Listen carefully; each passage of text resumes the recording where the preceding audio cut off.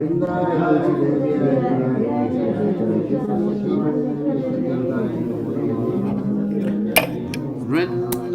hai Tulsilya Vai Priyai hai Kesavasya Vishnu Bhakti Prade Devi Sachavachai Namo Namaha.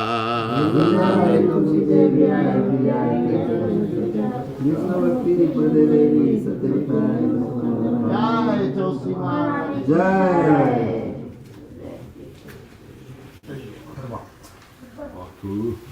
Okay, time for class.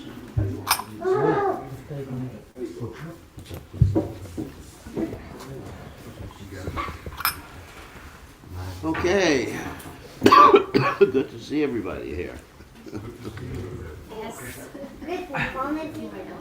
So early in the morning. Jaya Radha Madhava Kunya Bihari Jaya Radha Madhava Kunya Bihari Jaya Radha Madhava Kunya Bihari Jaya Radha Madhava Kunya Bihari Gopinana Malaba Giribadanagudi Gopinana Malaba Giribadanagudi Gopinana Malaba Giribadanagudi Gopinana Malaba Giribadanagudi Yasodanandana Prajajanandana Yasodanandana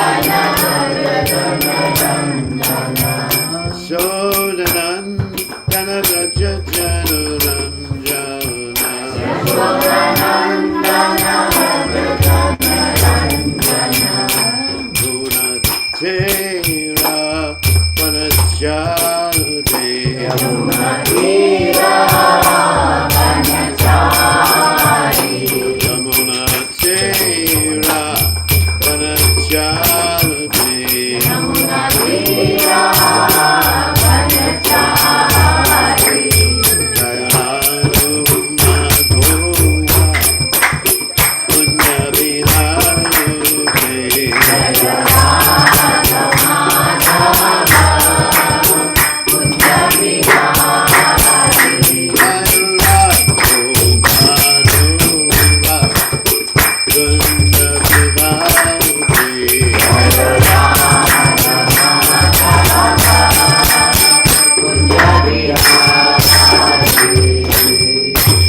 Jai Om Vishnupad Paramahansa Paravadikacharya also Teda Sutashi Shimad His Divine Grace of Ayacharana Bhaktivedanta Goswami Srila Prabhupada Ki Jai ISKCON Founder Acharya Srila Prabhupada Ki Jai Anantakoti Vaishnava Vrinda Ki Jai Namacharya Srila Haridas Thakur Ki Jai Prem Se Kaho Sri Krishna Chaitanya Prabhu Nityananda Shri Advaita Gadadha Shivasati Gaur Bhakta Vrinda Ki Jai Shri Radhakrishna Gopi Gopinath Sayam Mukunda Radhakunda Giri Govardhan Ki Jai Vrindavanam Ki Jai Machuranam Ki Jai Jagannath Swami Ki Jai Yamunamai Ki Jai Shrimati Tulasi Devi Ki Jai Samveda Bhakta Vrinda Ki Jai Gaur Premananda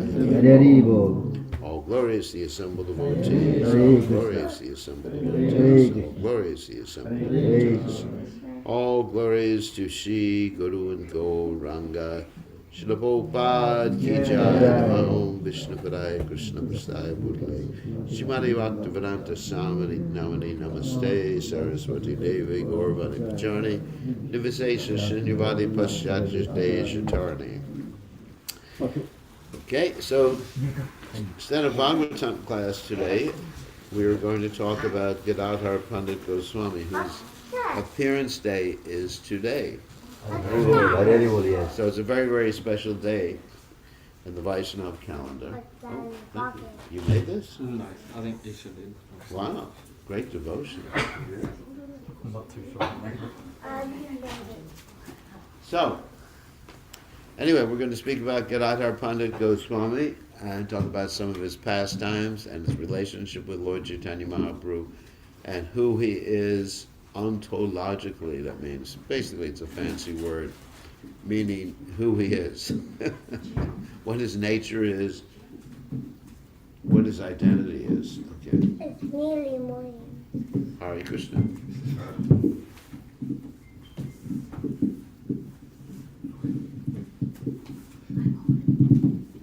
Okay.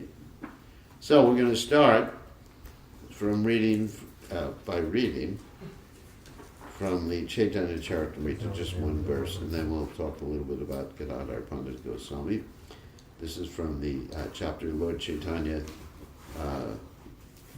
Panchatattva in 5 features, text 15. So I'm just going to read it. You don't have to follow along on your devices.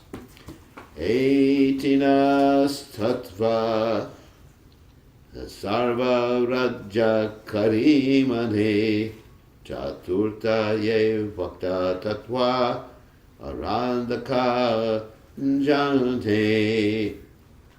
And the translation is, the 3 predominators, Chaitanya Mahaprabhu, Nityananda Prabhu, and Advaita Prabhu, are worshipable by all living entities. And the 4th principle, Sri Gadadhar Prabhu, is to be understood as their worshipper. So, purport by His Divine Grace, Srila Prabhupada Ki Jai. In his Anubhasha, that means commentary, Srila Bhakti Shranta Saraswati Thakur, describing the truth about the Panchatattva, explains that we can understand that Lord Sri Chaitanya Mahaprabhu is the supreme predominator, and that Nityananda Prabhu and Advaita Prabhu are his subordinates, but are also predominators. That means the bosses, for those of you who don't know what that word means. Lord Sri Chaitanya Mahaprabhu is the Supreme Lord, and Nityananda Prabhu and Advaita Prabhu are manifestations of the Supreme Lord. All of them are Vishnu Tattva, the Supreme, and are therefore worshipable by the living entities. Although the other 2 Tattvas within the category of Panchatattva, namely Shakti Tattva and Jiva Tattva, represented by Gadadhar and Shivas, are worshippers of the Supreme Lord. They are in the same category because they eternally engage in the transcendental loving service of the Lord. So now we'll speak about Gadadhar Pandit Goswami. Actually, first we're going to speak about Panchatattva. So, Panchatattva means the 5 categories, but the word tattva is interesting. It means something that is. Tattva, that is, like you have the word Om Tat Sat. What is? So, that means some eternal category, not simply category. Just like you have categories here in this world, like what's a city, that's one category, what's a town, and that's defined by the population, number of people there. So these aren't eternal categories. And the Bhagavad Gita teaches us that nasato vijate bhavo na bhavo vijate what is it? Na bhavo vijate sata 20 tatlatar shivihi. That those things that are temporary are not really tattvas, or they're unreal. Nasato vijate bhavo na bhavo vijate sata vayor api drishtavantas 20 tattva darshavihi. So the sages see the temporary things as, in one sense, non-existent. They're existent, but like soap bubbles for only a short period of time. So a tattva is a category which actually continues to exist. And basically there's 3 categories of tattvas: Vishnu Shakti, Para prokta shetrangyakyatata para avidyakarma sanganya tritira shakti ishate, which means there are the three, tritira shakti ishate. There's the Vishnu Tattva, which means God, and all of his various expansions. And all these various expansions are basically Advaita Chuta Nadi Rananta Rupa Majam Purana Purusham Navayovanam Cha. They're all the same person. So Lord Nityananda, Advaita Charya, and Chaitanya Mahaprabhu are not different in their identity. They're different in their manifestation. In other words, just like you and I, in different situations, we have different manifestations. Sometimes, of course not me, but sometimes you're going to work and you're dressed in a nice blue suit. It's considered, how much does a suit cost? Sometimes, anyway, looks expensive. Especially tailored, yeah. We have the tailored suit. Sometimes you're going to work in a tailored suit, and sometimes you're wearing a sloppy dhoti, so. Sorry, No, it's good. You look good like that. I think it's better than dhoti. So, no, you look good in a dhoti too. So sometimes you're going to work, but it's a different matter. Sometimes you go home, and when you're home, you probably don't wear your suit, and you don't wear your dhoti at home, right? You probably just wear your shorts and just running around, really relaxed. So in different situations, you manifest yourself differently. But right now, you are here sitting in the class, hopefully conscious, and you're not at work. There's only one manifestation at one particular moment in one particular geographical location. Unless you happen to be a yogi like that Shobhari Muni who was able to make himself 50 different, manifest 50 different Shobhari Munis, but it's all like television expansions. So, but basically you can only do one thing at one time. You're not like Krishna, who in Dwarka he had 16,108 wives, 16,108 palaces, 10 kids with each and every wife, 10 boys at least. And he was able to act differently in each and every place when Narada Muni was visiting. So that's different manifestations. So then we're talking about Advaita Acharya, Lord Nityananda, and Lord Chaitanya. They're all the same person. That's why they're called predominators. Predominator means Ishwara Parama Krishna Sachinanda Vigraha Anadir Adir Govinda Sarvakarma Karnam. They're the cause of all causes. They're the supreme Ishwaras. Ishwara means the supreme controllers. So therefore, they are all the same, but for the sake of pastimes, lila, they act differently. And we see sometimes when there's different manifestations of the Lord, not only do they act differently, but they have disagreements with each other. Like in the case of Balaram, Balaram wanted Subhadra to marry Duryodhana. In fact, the name of Balaram is Duryodhana Guru. That's Balaram's name, Duryodhana Guru, the Guru of Duryodhana. In fact, Prabhupada one time gave a disciple that name. Of course, the disciple had to go around life being called Duryodhana. Because most devotees, they just use the first name when there's two names. Right? So, anyway, there was a disagreement between the two manifestations of the same person. And that's for Leela, because the Lord wants to enjoy Leela. So that's the ontology of Lord Chaitanya Mahaprabhu, Lord Nityananda, and Advaita Acharya. So you only have two other members of the Panchatattva. One, of course, is Srivas Thakur, who is a jiva soul, and he's considered to be an incarnation of Narada Muni. And then the one we're talking about today is Gadadhar Pandit Goswami, who's considered to be the Shakti, we talk about Vishnu Shakti Paraprakta, Kshetrakya Tata Para Vidyakarma Sagyaya, Tritira Shakti Ishate, it's from the Vishnu Purana, that there's three different manifestations, though. There's Vishnu Tattva, there's the internal potency, and then there's the marginal potency, and of course then you also have the external potency too. But the external potency is actually a expansion of the internal potency. Anyway, so these are the different tattvas. So Gadadhar Pandit Goswami, he's Shakti Tattva.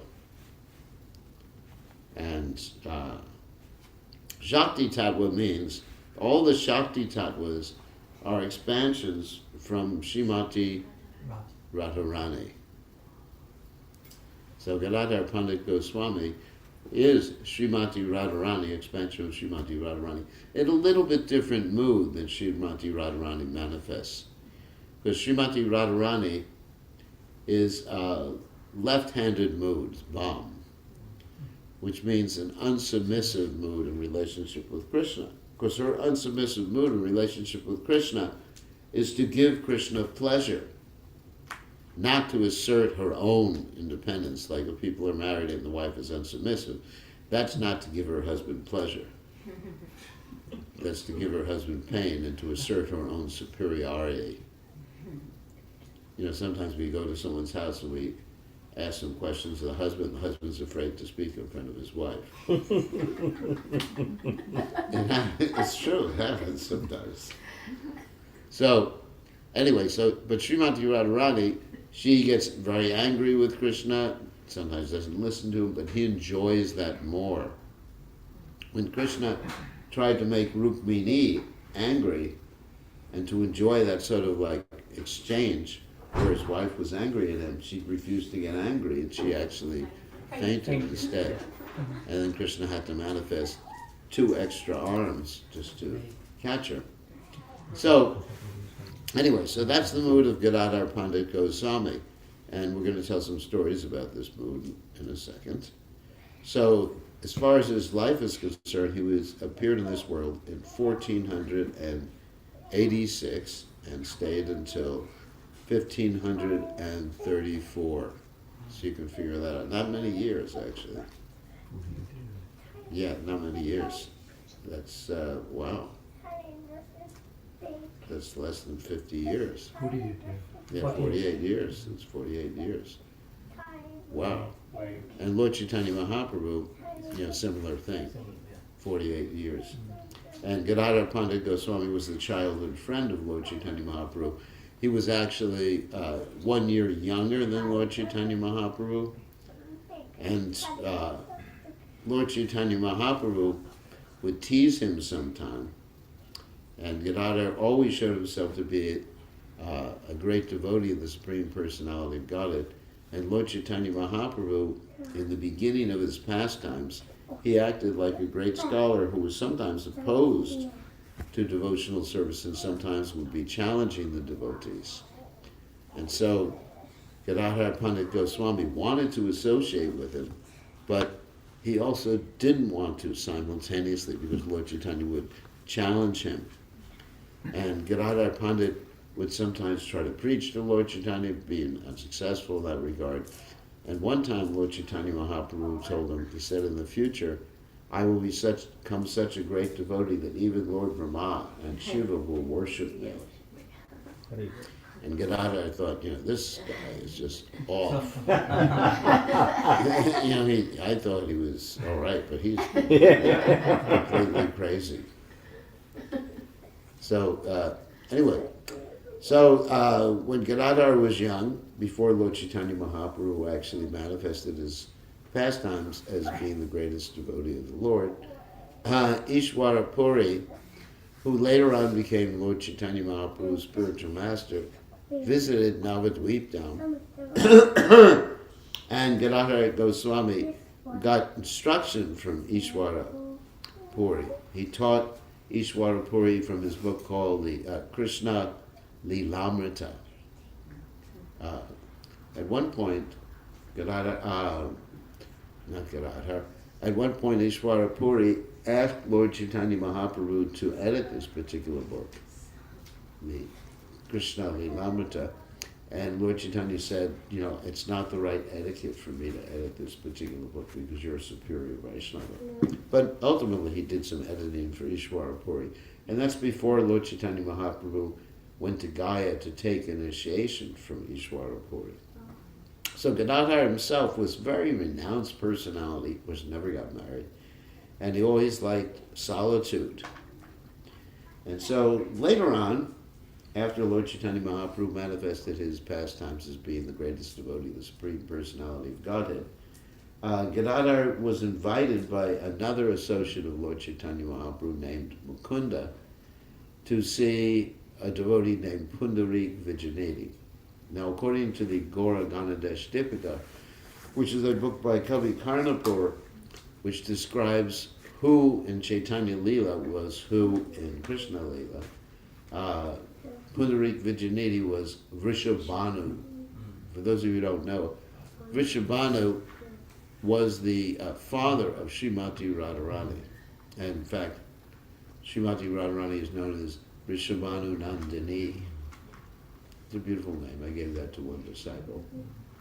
Very beautiful name. So, anyway, Pundarik Vijayanidhi, to fill in some of the details, was a very wealthy person, and he had a lot of material opulence around him. So he was seated on what we call a 4-poster bed with silk sheets, and he was chewing pan. Pan. And his hair was slicked back with oil, all sorts of like fancy oils, sandalwood or whatever oil they use. And he was just sitting there like a dapper gentleman on this bedstead. And so Mukunda invited Gadadhar Pandit Goswami, wasn't Goswami at that time, Gadadhar Pandit, come see this great Vaishnava. So Gadadhar comes with him, and he goes to see Pundarik Vijayanidhi, and he thinks, oh my God, this person's just an abject materialist.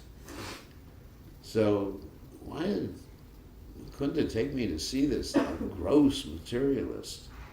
Because, seated there and just enjoying life, like leaning back on the pillows and chewing the pan.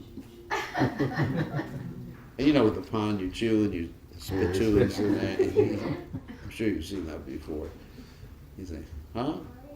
This guy's not a Vaishnava.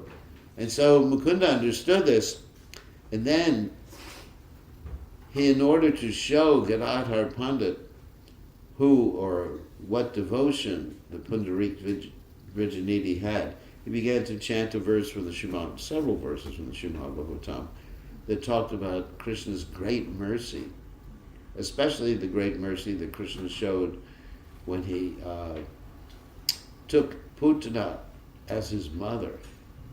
I mean, that's really amazing. Someone comes to kill you, and you accept her as your mother, and she goes back to Godhead just because she came to kill you.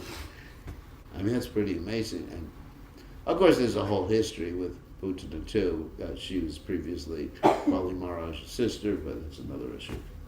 So when Pundarik Vijayanidhi heard this particular verse, the verses from the Bhagavatam being chanted, he started to roll on his bed, tore apart all the sheets, his hair became disheveled, his clothes became torn, and he fell into a trance.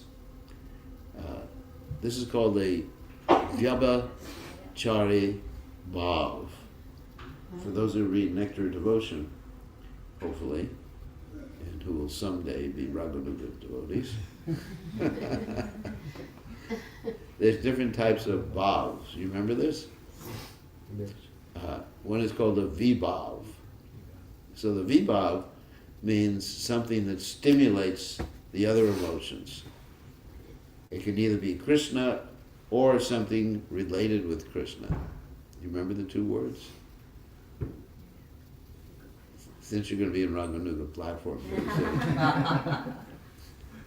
No, alambana and udipana. Yeah, alambana and udipana. That means Lamita means directly Krishna, and Deepita means something related to Krishna, like a peacock feather or something like that. So in other words, Pundarik Vijayanidhi was stimulated by this pastime, hearing this pastime from the Bhagavatam. That's why he started rolling ecstasy. And then he had this type of ecstasy called the Vyabhachari Bhav. Vyabhachari means something you cannot predict, it's intermittent, you don't know when it's coming, and you can't control it. It's also called a Sanchari Bhav. The word Sanchari means something that moves throughout your whole body. There's other bhavs, like Anubhav, that just part of your body, like you start dancing like that. That's a voluntary motion. And so this is an uncontrollable ecstasy. So anyway, Gadadhar Pandit Goswami saw this uncontrollable ecstasy, and he thought, uh-oh, I made a mistake. This person is a great devotee. So he just waited until Pundarik Vijayanidhi came back to external consciousness. And when he came back, he thought the only way I could rectify this is if I take initiation from him. So he said, will you become my spiritual master? We actually said that through Mukunda. And Pundarik Vijayanidhi basically said, only after many, many births do I get a disciple like this. That's pretty good. I've never said that about any of my disciples. He said, only after many, many births. So, and so then he initiated him. And it's interesting that later on, well, I guess we could tell the story and jump a little bit back. But later on, we have Gadadhar Pandit Goswami initiating a Vallabhacharya. Pushti Mark Vallabhacharya. You've heard of him before? Yeah. So there's an interesting story about Vallabhacharya. Vallabhacharya first met Lord Chaitanya Mahaprabhu in Vrindavan, and then later in Jagannath Puri. Later came to Jagannath Puri to meet Lord Chaitanya Mahaprabhu. But when he came to Jagannath Puri to meet Lord Chaitanya Mahaprabhu, he was extremely proud, and he wanted to show his great erudition. That means learning in the Srimad Bhagavatam. And at one point he said to Lord Chaitanya Mahaprabhu, I have found some faults in the commentary of this particular original commentator known as Sridhar Swami. I found some faults in him. And Lord Chaitanya Mahaprabhu said, then you're a prostitute. Because he took the word Swami to mean like husband. And so he said, anyone who finds fault in the Swami is a prostitute. And so this Vallabhacharya, he was just really, really upset. And he wrote his commentary, and he actually forced Gadadhar Pandit to hear this commentary, even though Gadadhar Pandit didn't want to do this. And Gadadhar Pandit was sort of like a little ostracized by the other disciples or followers of Lord Chaitanya Mahaprabhu. And later on, then this Vallabhacharya actually surrendered to Lord Chaitanya Mahaprabhu and got permission to take initiation from Gadadhar Pandit Goswami. So he's connected to us, although the followers of Vallabhacharya don't like that particular story. There was one follower, her name was Sumati Moraji. Yeah. Remember her? She was the one in charge of Scindia Steamship Company. And because she was basically a member of the Pushti Marg, so she went, when she read the story, which was in the Back to Godhead magazine, I think she got really upset. And Prabhupada said, what can I say? That's the story, that's the truth. So anyway, then Lord Chaitanya Mahaprabhu asked Gadadhar, after he had given initiation to this Vallabhacharya, he said, why didn't you reproach me? Because Lord Chaitanya was sort of avoiding Gadadhar during that time, because Gadadhar had taken up this association, being forced by the Vallabhacharya to hear the commentary. And Vallabhacharya said, I didn't want to, not Vallabhacharya, but Gadadhar Pandit Goswami said, I didn't want to disturb you. So such was his humility because he didn't really have the same bhav as Srimati Radharani. And sometimes it's described by the acharyas that he's actually Srimati Radharani with her bhav being stolen by Lord Chaitanya Mahaprabhu. Because Lord Chaitanya Mahaprabhu had the bhav also of Srimati Radharani. So it wouldn't have been appropriate to have two personalities in the Panchatattva with the same bhav. Does that make sense? So therefore he had to have the submissive bhav. So then going back to Navadvip, during the early pastimes, because we jumped ahead to the later pastimes, there was in one instance where Lord Chaitanya Mahaprabhu said to Gadadhar Pandit, where is Krishna? Where is the Lord of my life? And Gadadhar said, he's in your heart. And then Lord Chaitanya Mahaprabhu started to tear apart his chest with his nails. Gadadhar grabbed his hands and stopped him. And Sachimatas just really appreciated Gadadhar Pandit Goswami at this particular point. He was so dedicated to Lord Chaitanya, so here that he followed Lord Chaitanya Mahaprabhu to Jagannath Puri when Lord Chaitanya resided in Jagannath Puri, and he took a vow of what's called Kshetra Sannyas when he was there. Kshetra Sannyas means, it's, according to Bhaktivinoda Thakur, it's the preferable type of sannyas the grahastas should take. Now he wasn't a grahasta, but he said this is in Kali Yuga, this is the preferable type of sannyas. What does that mean? Kshetra sannyas means you're remaining in a holy place, and if you have a family, you serve the deities and you serve the yatra in that particular holy place, and you don't engage anymore in sense gratification. Everything's dedicated. And Prabhupada and Bhaktivinoda Thakur indicated that basically most of the devotees shouldn't take the type of sannyas that I took. Sometimes devotees get really scared. Or like we were talking to one lady, she said, I'm 50, I'm ready to take sannyas, but that happened here. So they get really scared. 50, it says when you're 50, you're supposed to leave your family and take sannyas, but not really. What you're supposed to do is dedicate your life more to Krishna, because when you're 50 or when you're 60, then the end is coming. Maybe not soon, but it could be coming soon. There's warning like that. So anyway, so Kshetra Sannyas is preferable. Kshetra Sannyas means you take a vow of service, and you don't leave a particular holy place. So I don't recommend that for our older devotees. Just like not leaving, that means they can't go on a pilgrimage or anything like that. And pilgrimages are very important. But he did this. And his vow was service to the deity of Tota Gopinath. Tota Gopinath deity is a very beautiful deity. We'll tell a story about him in a second.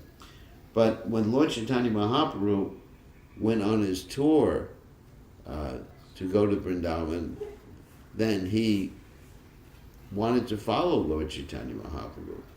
And so he actually left Jagannath Puri following Lord Chaitanya Mahaprabhu outside of Jagannath Puri. And Lord Chaitanya Mahaprabhu said, you have your vow of Kshetra Sannyas. And then he said, Gadadhar Pandit Goswami said, let my vow of Kshetra Sannyas go to hell. Now, obviously, we want to stick to our vows, but in certain cases, it's more appropriate to break a vow. I'm not talking about the 4 regulated principles, the 16 vows.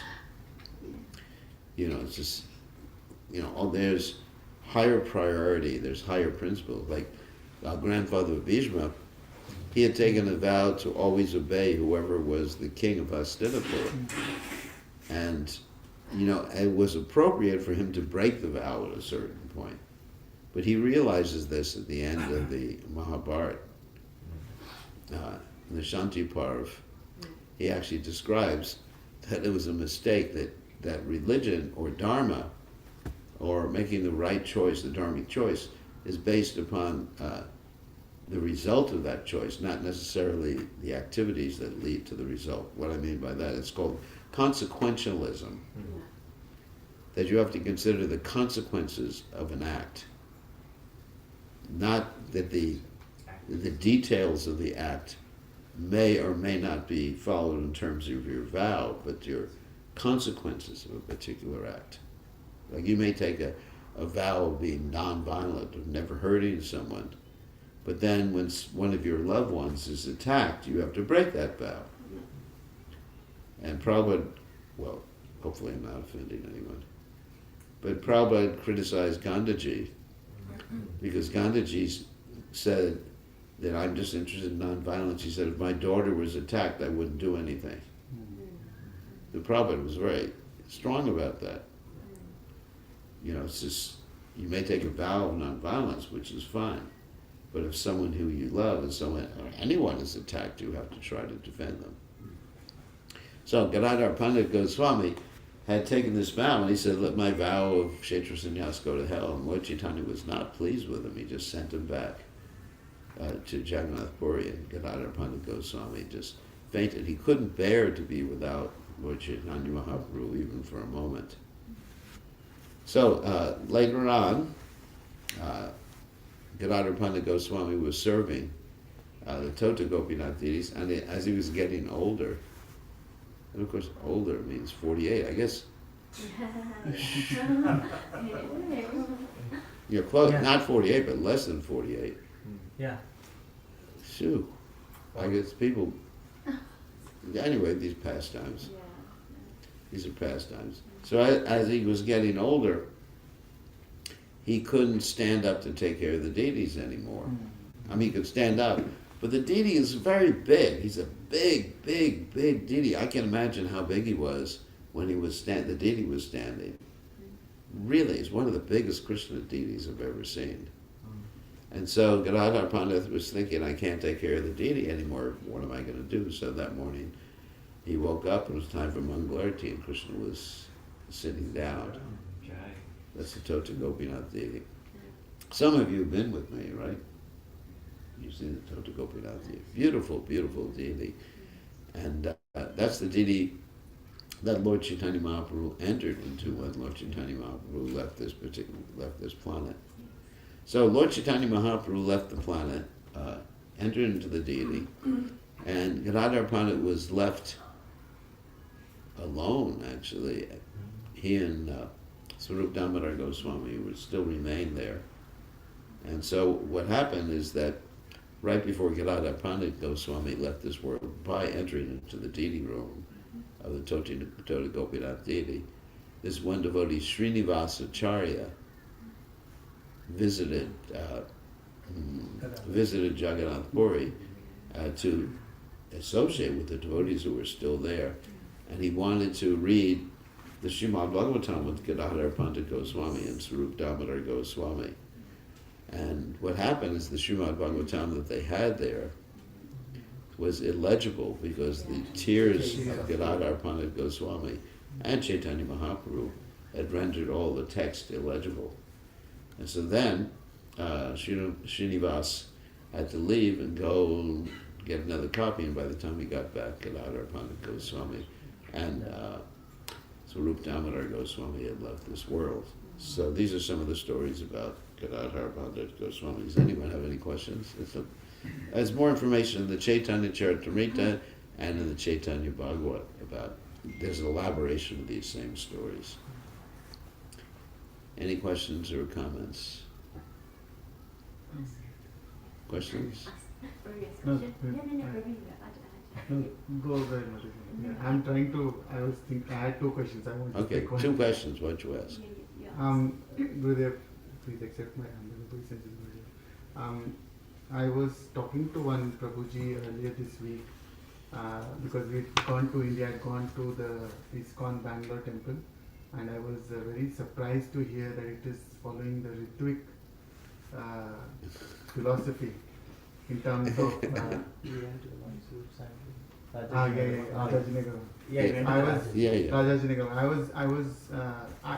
I didn't know, so Okay. I was just wondering, is it because we've read all the books and everything, and They're not really part of ISKCON, although they say they are. yeah, because we saw Srila Prabhupada, so it's like, is it copyright infringement or something? We're dealing with this legally right now. Okay. ISKCON is dealing with the whole situation legally and also negotiating with these people. Yeah. And I mean, there's a whole history there, and I was part of dealing with them. And anyway, even though they say they're Ritvik, for those of you who don't know what probably everybody knows what a Ritvik is. One who says that Prabhupada continues to initiate even after Prabhupada left the planet, which is actually impossible because I know people approach me and I have a right to say no. Yeah, people say, "Can I be your disciple?" I said, "No, no, never accept you in a million lifetimes." So, but you know, you have to give Prabhupada that same right to say no. And then you can pick any previous acharya, you know, and say, "I want to be a disciple of Bhakti Siddhanta Saraswati Thakur. Why him? Why not Krishna? I want to be like Arjuna, hearing the Bhagavad Gita directly from Krishna," which you are by reading. So, therefore, there's some negotiation going on, has been going on for the last 30 years. And there's reasons why they're acting the way they do. And in essence, they act as gurus, which is interesting. They're using the Ritvik philosophy to control their people, and I would say more strictly than we control our disciples. It's like a real cult, you know. Because I mean, I definitely don't control my disciples, unfortunately. So, what's the other question? Something about Gadadhar Pandit Goswami? I was remembering the pastime about the illegible one. Gurudev. Illegible, Srimad Bhagavatam. Bhagavatam. The idea where we're talking about age, where it is saying they were all in the 40s. 48, they left 48. the world with 48, yeah. And I've heard that, you know, as Kali Yuga progresses, the lifetime is growing shorter. Is it true that then, like we can tell, like my granny, she lived up to 92. She was pretty strong. She recovered from a fracture, but us now 90. we are weak and fragile. Sometimes, like sitting. I down. don't think it'll happen that quickly. You know, within 10 years or 20 years or 50 years. But when the Lord appears, he stays as long as he wants to. I mean, Krishna stayed for more than 125 years. So these are pastimes. And normally when people leave this world, they don't enter into the deity. That's not like a normal disappearance. You understand? So you can't say, well, you would never say the Lord died or even passed away. You just said the Lord left this world. So walking into the deity room and disappearing doesn't mean that they got so old that they have to pass away. Like us. I mean, Mirabai also, same thing. You know, anyway. Just a question. Yeah. On Gadadhar Pandit. So you know how when Gadadhar Pandit and Chaitanya Mahaprabhu were younger and they were playing, as you say, you know, childhood pastimes, and appears that Gadadhar Pandit Goswami doesn't know the identity of Chaitanya Mahaprabhu at that point, and even with the Pundrika within the story that is he didn't know who he was. Yeah. So is that a real a realization, or is it Yoga Maya playing? Yogamaya. Covering It's Yogamaya. Yeah. So it's not like they're playing No, they're not thinking I'm just playing this part. I'm just Yeah. making believe I don't know this person. They actually don't. No, they don't. Okay. Advaitacharya knew. Advaitacharya knew, yes, because that he circumambulated, but Gadadhar Pandit Goswami didn't. Until Lord Chaitanya revealed himself, yeah. So, I mean, for pastime's sake, they are under the Yogamaya potency of the Lord. You know, these are great personalities, and I mean, it's just like sometimes I give the example of someone who is a method actor. I don't know if you know what method acting is. Method acting is when you get so much into the role, you actually forget about your real identity. Oh, right, okay. You actually find this even in Bollywood. Sorry. Even in Bollywood, actors and actresses in Hollywood, they get so much into the roles that they actually get married to the person who they're married to in the movie. And they dump off their actual real wife because they lose their sense of identity. That's called, well, that's why acting is a Shudra skill. Because you actually lose your sense of identity when you're acting. If you're a proper actor, you actually you become the person. So it's something like, Yogamaya is something like that they're really immersed in that particular role. And they forget, you know, who they are and what their ontological position is. It's called Yogamaya. So, yeah. So Gurudev, you're explaining about the mood of Gadadhar Pandit. So as devotees, in what mood we should pray Gadadhar Pandit, Gurudev? Because it explained the Radharani's. Yeah, in the mood that he is actually Rishabhanu Nandini, that he is Srimati Radharani, who appeared to please Lord Chaitanya, and he pleased Krishna by appearing, putting aside her normal mood to please Lord Chaitanya Mahaprabhu, to act as a foil, you know, to use a theatrical term, to Lord Chaitanya Mahaprabhu's mood as Srimati Radharani. Okay, you had a question? No. Well, it's unusual. Anybody else have a question or a point they'd like to make? Yes. Gurudev, I was just also thinking about... No more Ritvix, please. No, Gurudev. I mean, I please accept my own, because I didn't know. I've been going there for so many years, I never knew. Well, it's nice. I mean, the temple's nice and everything like that. Yeah. As long as they don't try to talk you out of doing what you're doing now. No, we just went to have darshan. Yeah, that's fine. With that, I remembered the story where the Pandavas lost all their powers once Krishna went back. They left the planet, yeah. Left the planet, yeah. So, is that how our mood also becomes? Like Gurudev, I am giving an example where, you know, when you are here, we are very energized, right? But then when you go away, then it's that energy is not there. I mean, Yeah, you're like Krishna Leela's preaching so nicely now. As soon as I leave, I mean outside then she just goes to the pharmacy and spends all day long taking antidepressants. No. I mean, I find myself more energized after Prabhupada left. I mean, I'm not happy that Prabhupada left, but it increases my dedication.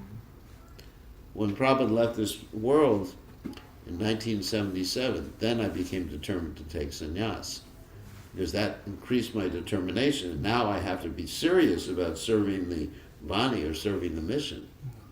As we mentioned yesterday about reading the fourth canto of Srimad Bhagavatam. In the fourth canto of Srimad Bhagavatam, it describes that when the spiritual master leaves the planet, then one has to dedicate himself to the mission of the spiritual master, or be prepared to leave the body with the spiritual master. I took that very seriously. And I certainly didn't want to leave my body, which I was very attached to. And so, that's not serious. But anyway, I thought now, I took Prabhupada's words as my life and soul. Now I have to become more serious. What does more serious mean? You take sannyas, you dedicate yourself to the mission. So it made me more serious, it made me more energized. You know, it was certainly energizing to be around Prabhupada, but being around his Vani was more energizing. His mission, understanding his mission. Just like Rupa Goswami and Sanatana Goswami, they stayed in this world long after Lord Chaitanya Mahaprabhu left. Because Raghunath Das Goswami was ready to commit suicide when Lord Chaitanya left. Because Raghunath Das Goswami has spent more time with Lord Chaitanya than any of the other Goswamis of Vrindavan. So Raghunath Das Goswami was thinking of going to Govardhan Hill and jumping off Govardhan Hill and committing suicide. But the other Goswamis had him stay because he knew more about Lord Chaitanya Mahaprabhu's pastimes than they did. And every day he would recite the pastimes of Lord Chaitanya Mahaprabhu for 2 or 3 hours. And one of the persons who was listening to these pastimes was Raghunath Das Goswami and Krishnadas Kaviraj Goswami. And that's why we have Chaitanya Charitamrita. Because he stayed to recite the pastimes and he became more enlivened. And he arranged for the excavation of Radhakund and so many things. So you find the Goswamis became, well, at least as enlivened, if not more enlivened, because they were fixed on the mission of Chaitanya Mahaprabhu. So in separation, one actually gets more intense involvement if one is actually sincere. You understand? So if one is actually sincere, the separation makes one much more intense. You know, before Prabhupada left, I wasn't intense. Right now I'm a little too old to be intense. But anyway, so before Prabhupada left, I was just like, you know, happy-go-lucky brahmachari. Haribol, Govinda, where's Prashada? Can I have some gulab jamans? And then when Prabhupada left, like you see a picture of Prabhupada when he took sannyas, he looked like a fighter and he looked like the danda was going to be his gun or something. So that's the point, you know, the spiritual master leads. And, all right, now to maintain this connection, I'm not going to see him physically anymore. So to maintain this connection, I have to be absorbed in his service, because if I'm not absorbed in his service, then there's no sambandha, there's no connection anymore. So one has to hear nicely. I mean, just like every day I'm listening to Prabhupada, also listening to Prabhupada's classes, which is very enlightening. And it's very enlightening. And I look at a picture of Prabhupada and it inspires me. I don't find any less inspiration after Prabhupada left. But that depends upon our sincerity. Like when Prabhupada left, yes, a lot of people left. That is true. That is true, because they were very attached to the Vapu aspect of the spiritual master. But that is simply temporary. Vapu is temporary, Vani is permanent. You know, when you go back to the spiritual world, Prabhupada's not going to look like an older Bengali gentleman. He has his own spiritual identity in relationship to Krishna. Okay, any other questions? Yeah. I'm not a very sincere person, but then I was just thinking that, you know, when you leave, every time you come visit us and you leave, we feel the separation as well. Yeah, we feel separation. Then we have a big feast. No, we have a separation. Separation is there. And that should inspire us more. Because if we actually feel that mood of separation enough, then there is no separation. Like Prabhupada said, he and his spiritual master, Bhaktisiddhanta Saraswati Thakur, were never separated. And my experience is when we're actually fixed in our dedication and meditation on serving the mission of the spiritual master, then there's no disconnection with the spiritual. That's been my experience. I start feeling like, you know, I haven't listened properly, I haven't served anything, and then you just go. Well, that's a good mood. That's a good mood. Anyway, just like I'm fixed on Prabhupada's mission. Like I mentioned, the question was raised last night. how do you maintain that connection with Prabhupada? I said, you have to sort of think that Prabhupada is there, and you're asking, you have to have Prabhupada in your heart, that you're asking him a question when you make decisions, should I do this, should I do that? The example I gave yesterday was that, at one point I wanted to just retire to go overnight when I was 20 years old. No, a little older than that. I forget what year that was. Because it was so nice, there was Navadweep feeding me. Anything I could, just had to sit back, open my mouth, and Prashadam would march into the mouth. Anyway, so I would just want to, not because of Navadweep, because she's not there all the time. I can take care of myself. I'm my favorite cook. So anyway, but he just insists. So anyway, I was thinking of retired, but then I heard Prabhupada say to me, I asked Prabhupada, is this right? Prabhupada said to me, you're a rascal. So Prabhupada chastised me. So you can have that sort of relationship with a spiritual master. Once the spiritual master is not there physically, either he's left this world or he's in a different place. If we actually understand Manobishtam, the mentality of the spiritual master, then it's quite easy. Then you get chastised. You rascal. Used to it. You're used to what? Chastisement. I never chastise. You haven't heard chastise.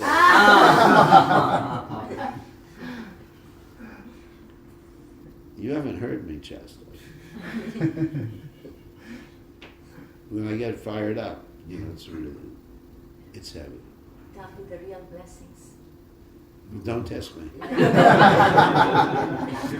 ask for that blessing. Okay, so it won't be pleasant.